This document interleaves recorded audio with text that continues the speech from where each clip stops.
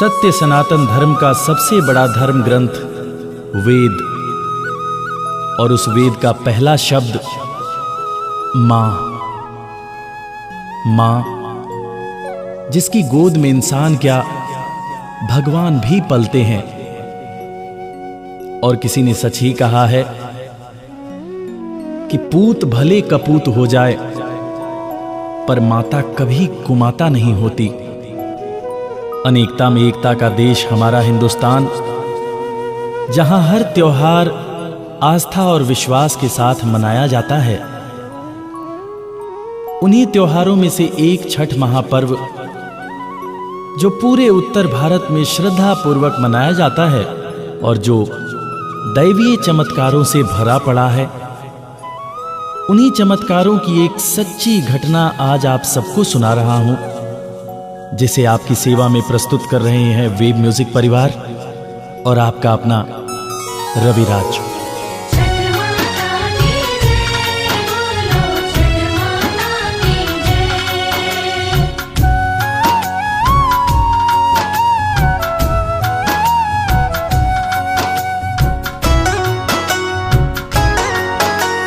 छठ मैया के चरण कमल में, छठ मैया के चरण कमल में अपना शीश झुकाते हैं। संकट हरणी छठ माता की पावन कथा सुनाते हैं। संकट हरणी छठ माता की पावन कथा सुनाते हैं।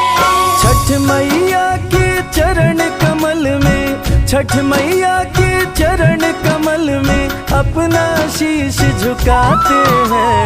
संकट हरणी छठ माता की पावन कथा सुनाते हैं। संकट हरणी छठ माता की पावन कथा सुनाते हैं। ये कहानी है उत्तर भारत के बिहार राज्य के सिवान जिले के बजरहिया गांव की, जहां पर बहुत समय पहले एक हंसता खेलता परिवार रहा करता था। उस परिवार में बूढ़ी अम्मा का एक बेटा और उसकी बहू थी।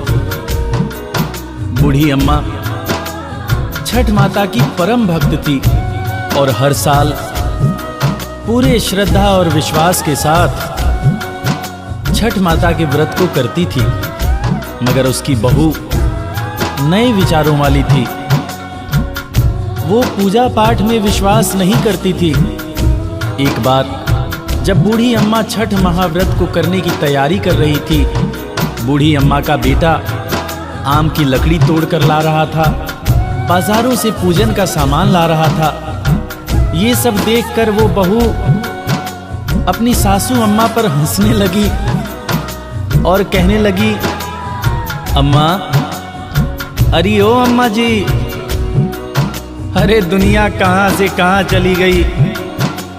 लोग चांद पर चले गए और आप अभी तक इन अंधविश्वासों में ही घिरी हैं। पढ़ी लिखी बहू की बातों का छठ माता की परम भक्त उस बुढ़िया माई पर कोई असर नहीं हुआ।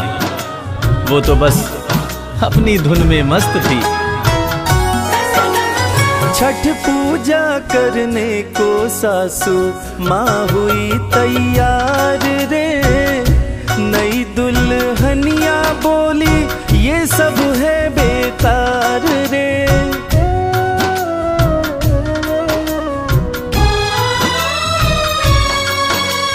तीन दिन उपवास करोगी, पड़ोगी तुम बीमार रे। अंधविश्वास है ये छठ का त्योहार रे।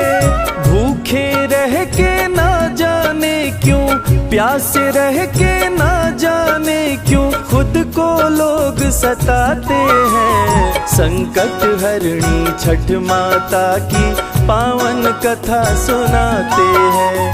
संकट हरणी छठ माता की पावन कथा सुनाते हैं।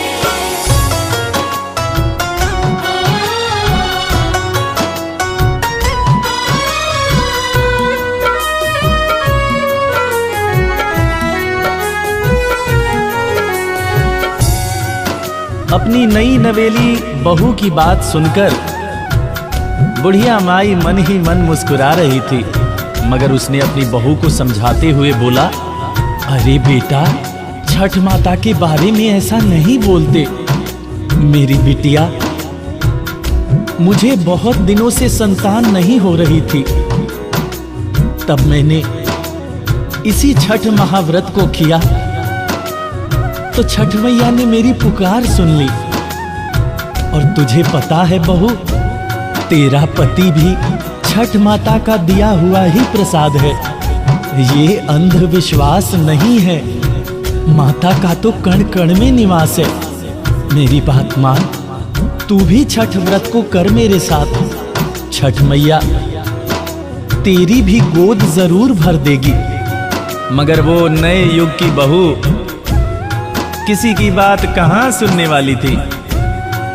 वो मुंह टेढ़ा करके सासू अम्मा से बोली, पूजा पाठ नहीं करती मैं, मुझको कौन सा दुख है। सुंदर पति मिला है मुझको, हर प्रकार का सुख है।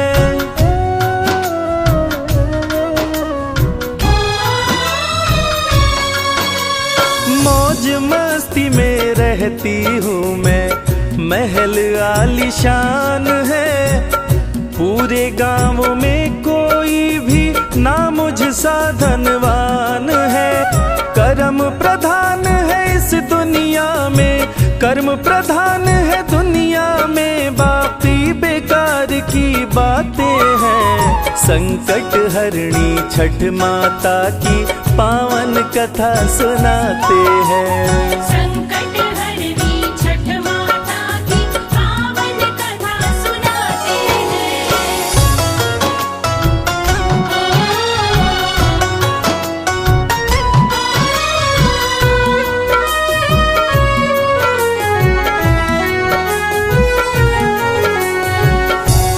सासू अम्मा के लाख समझाने के बाद भी बहू के दिमाग में उसका असर नहीं हो रहा था। वो नास्तिक औरत बार बार छठ माता के बारे में बुरा भला बोले जा रही थी। ये देखकर उसका पति उसको समझाने लगा कि देखो प्रिय, ईश्वर और देवी देवता के प्रति अहंकार करना ठीक नहीं होता। तुम भी व्रत करने में माता जी का सहयोग करो। लेकिन बहू अपने पति का भी कहना नहीं मानी और कहने लगी, ना जी ना, मुझे नहीं पड़ना इस अंधविश्वास के चक्कर में। इतनी बात सुनकर उसका पति बोला, अरे ठीक है बाबा, तुमको जो करना है वो करो। मैं तो अब घास फूस साफ करके छठ माता का घाट सजाने जा रहा हूँ, ताकि मेरी माँ शाम को जाकर वहाँ पूजा कर सके। हाथ में लेके कुदाल पुत्र नदी के तट पर जाता है। छठ माता के पूजन हेतु सुंदर घाट बनाता है।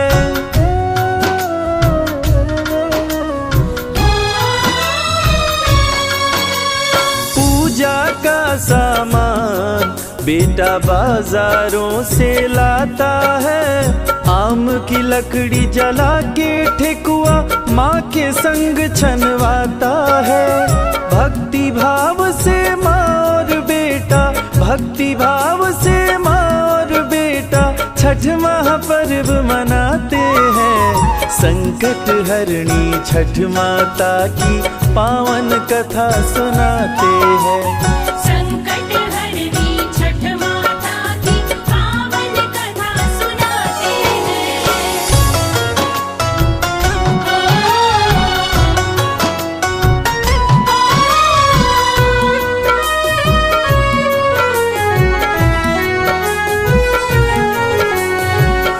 बूढ़ी अम्मा आम के लकड़ी को जलाकर छठ माता के लिए ठेकुआ बना रही थी। उसका बेटा बड़े ही लगन से अपनी माँ के साथ हर काम में उसकी सहायता कर रहा था। बूढ़ी अम्मा का बेटा अपने घर और दरवाजे को गाय के गोबर से लीप रहा था। इसी बीच उसकी पत्नी चप्पल पहनकर लीपे हुए स्थान से गुजरती है और कहती है, पता नहीं ये कौन सा त्योहार है, पूरे घर में गोबर गोबर लगा दिया। अब तो घर से बाहर निकलना मुश्किल हो रहा है। कैसी गोबर की दुर्गंध आ रही है। उसने अपने पति से कहा, तुम और तुम्हारी माँ बड़े भक्त बनते हो। ये गोबर से लीपने का कौन सा त्योहार है? देखो जी, अब मैं कह देती हूँ, तुम्हारे बदन से भी बहुत गंदी बदबू आ रही है गोबर की। अब तो घर के अंदर आना तो नहा करके ही आना। अपनी बहू की बात सुनकर बूढ़ी अम्मा उसको समझाते हुए बोली, अरे मेरी बेटा, तुझे पता नहीं है, गाय के गोबर में बहुत से ऐसे रसायन पाए जाते हैं जिससे घर को लीपने से बहुत सारी बीमारियां कोसों दूर रहती हैं। इतना सुनकर बहू और बिगड़ गई। वो झुंझलाते हुए बूढ़ी अम्मा से बोली, पहले तो आम की लकड़ी को जलाकर खजूर और ठेकुआ बनाया और अब गोबर से पूरे घर को लीप के पूरा गुड़ गोबर कर दिया। ये देखकर उसका पति उसको समझाते हुए बोला, अरे बाबा रहने दो, तुम अम्मा से लड़ाई मत करो। चलो तुम भी तैयार हो जाओ, अब हमें छठ घाट की तरफ चलने का वक्त हो गया है। बैंड बाजा वाले को दरवाजे पे बुला के बाजा बजवाते चला दौरा उठा के।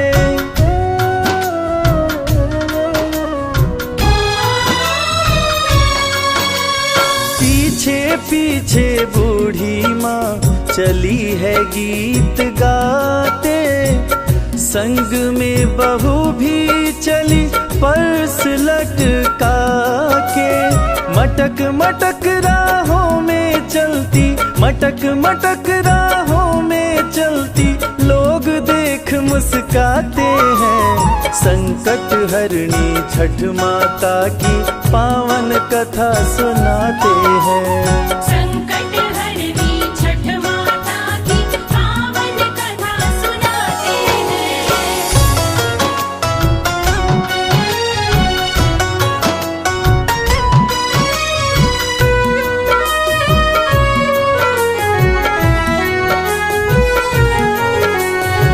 बूढ़ी अम्मा और उसके बेटे ने बहू को बहुत समझाया। बहू का मन ना होते हुए भी वो अपने पति और अपनी सासू अम्मा के साथ बैंड बाजा लेकर छठ घाट पर चली जाती है। मगर वहां पहुंचकर वो पूजा करने के बजाय मेला घूमने में लग जाती है।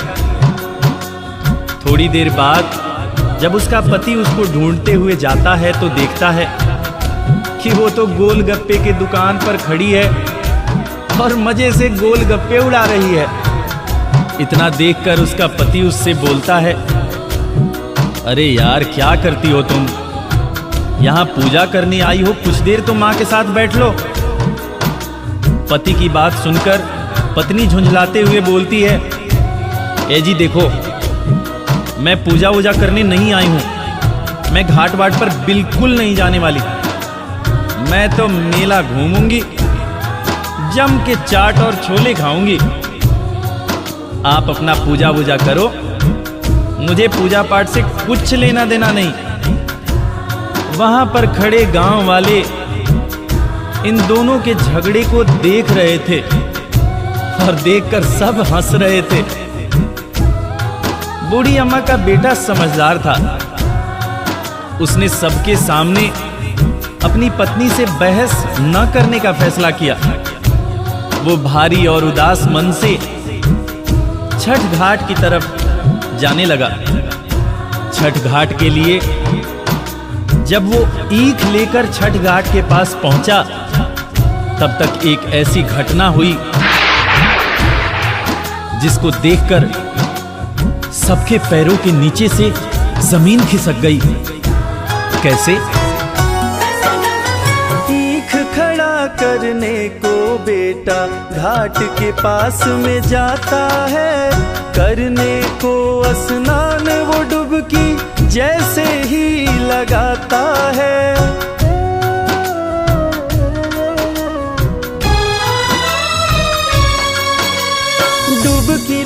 जाते डूबने लगा, जोरों से चिल्लाता है कहाँ गया पानी के अंदर, पता नहीं चल पाता है। कोई तो जाओ ढूंढ के लाओ, कोई तो जाओ ढूंढ के लाओ, लोग यही चिल्लाते हैं। संकट हरणी छठ माता की पावन कथा सुनाते हैं। संकट हरनी छठ माता की पावन कथा सुनाते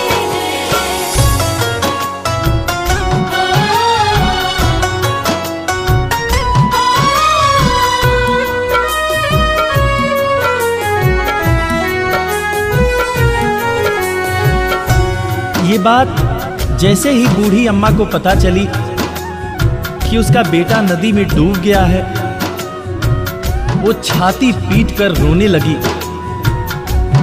उसने छठ माता से सवाल शुरू कर दिया, अरे माँ, मैं माँ हूं, तू भी माँ है। तू कैसी माँ है जिसने एक माँ से उसके बेटे को छीन लिया? माँ, जब से मेरी शादी हुई पिछले 30 सालों से लगातार तेरी पूजा करते आ रही हूं। बोल माँ बोल, मेरी भक्ति में ऐसी कौन सी कमी रह गई थी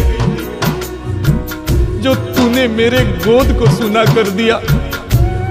बोल माँ, मुझसे या मेरे लाल से ऐसी कौन सी भूल हो गई जो तूने मुझसे मेरा लाल छीन लिया, मेरा निहाल छीन लिया? अरे मैं तो छठ घाट तेरे पूजा को करने आई थी,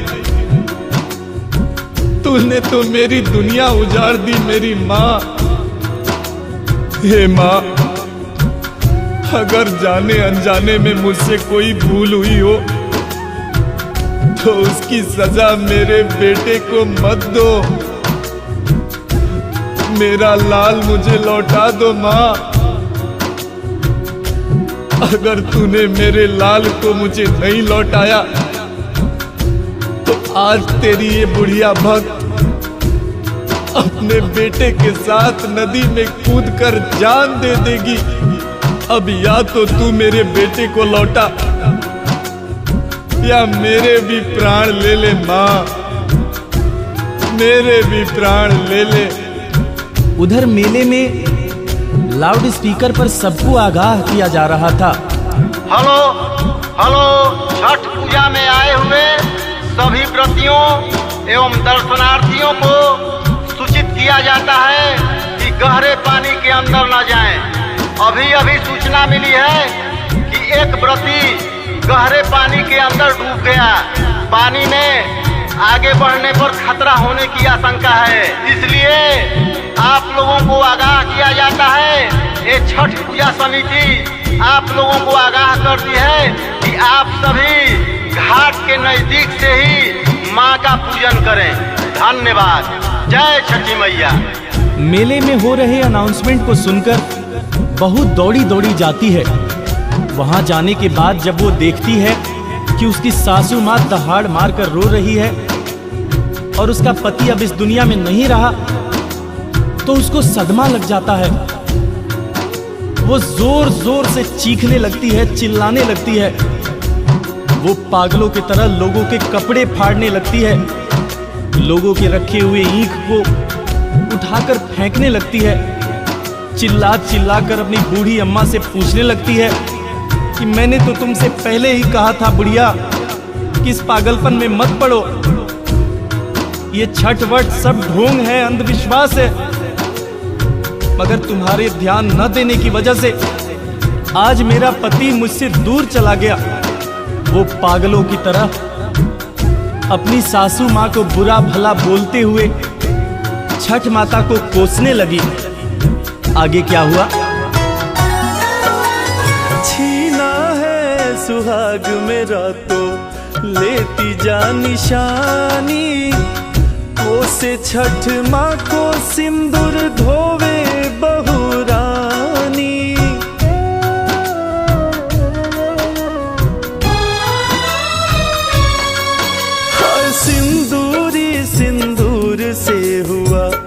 गंगा जी का पानी, तोड़ रही चूड़ियां सुहाग की निशानी। हाय बन गई विधवा एक सुहागन, बन गई विधवा एक सुहागन, आंसू न रुकने पाते हैं। संकट हरणी छठ माता की पावन कथा सुनाते हैं।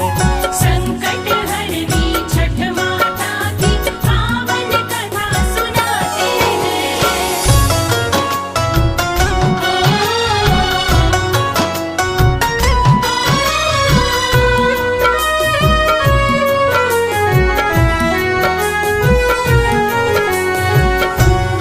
इस घटना को देखकर जितने भी छठ व्रती थे सबकी सांसें रुक जाती है, सभी की आंखें नम हो जाती हैं। सब लोग आपस में बात करते हैं।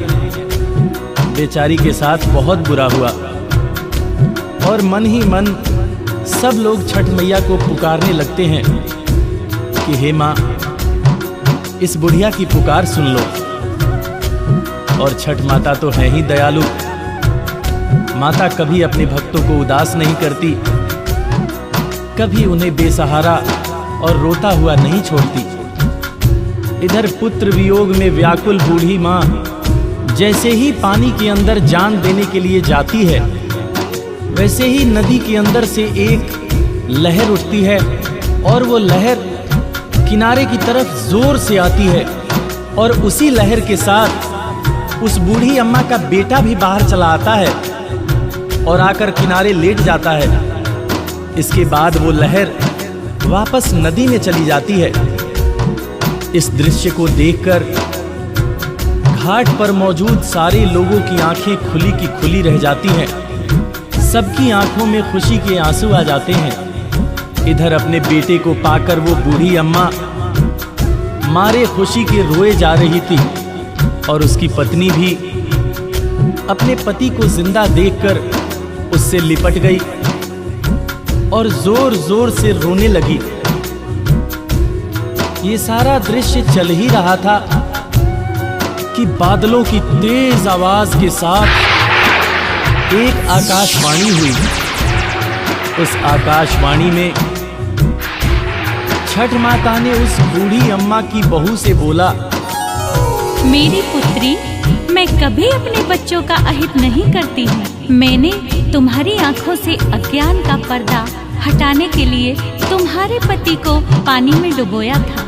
पुत्री, मैं सदैव अपने भक्तों की रक्षा करती हूँ। मेरे प्यारे भक्तों, इस घोर कलयुग में जो भी व्यक्ति मेरा व्रत और मेरी पूजा मन से करता है, मैं उसकी सारी मनोकामनाएं पूर्ण करती हूँ। इतना कहकर छठ माता अंतर्ध्यान हो गईं। घाट पर मौजूद सारे लोग छठ माता के नाम की जय जयकार कर रहे थे। प्रिय श्रोताओं, इस कथा से हमें यही सीख मिलती है कि हम चाहे कहीं भी रहें, हमें अपनी संस्कृति को नहीं भूलना चाहिए। साल में एक बार तन मन और लगन से छठ माता की पूजा जो लोग भी करते हैं, वो हमेशा सुखी और संपन्न रहते हैं। इस कथा के लेखक Sanjay Tiwari, sound engineer Kailash Dandriyal, max studio Delhi, संगीतकार लवली शर्मा, गायक रविराज और वेब म्यूजिक परिवार की तरफ से आप तमाम देशवासियों को छठ पूजा की हार्दिक शुभकामनाएं। किसी भी त्रुटि के लिए हम क्षमा प्रार्थी हैं। जय छठ मैया। बोला छठी मैया की।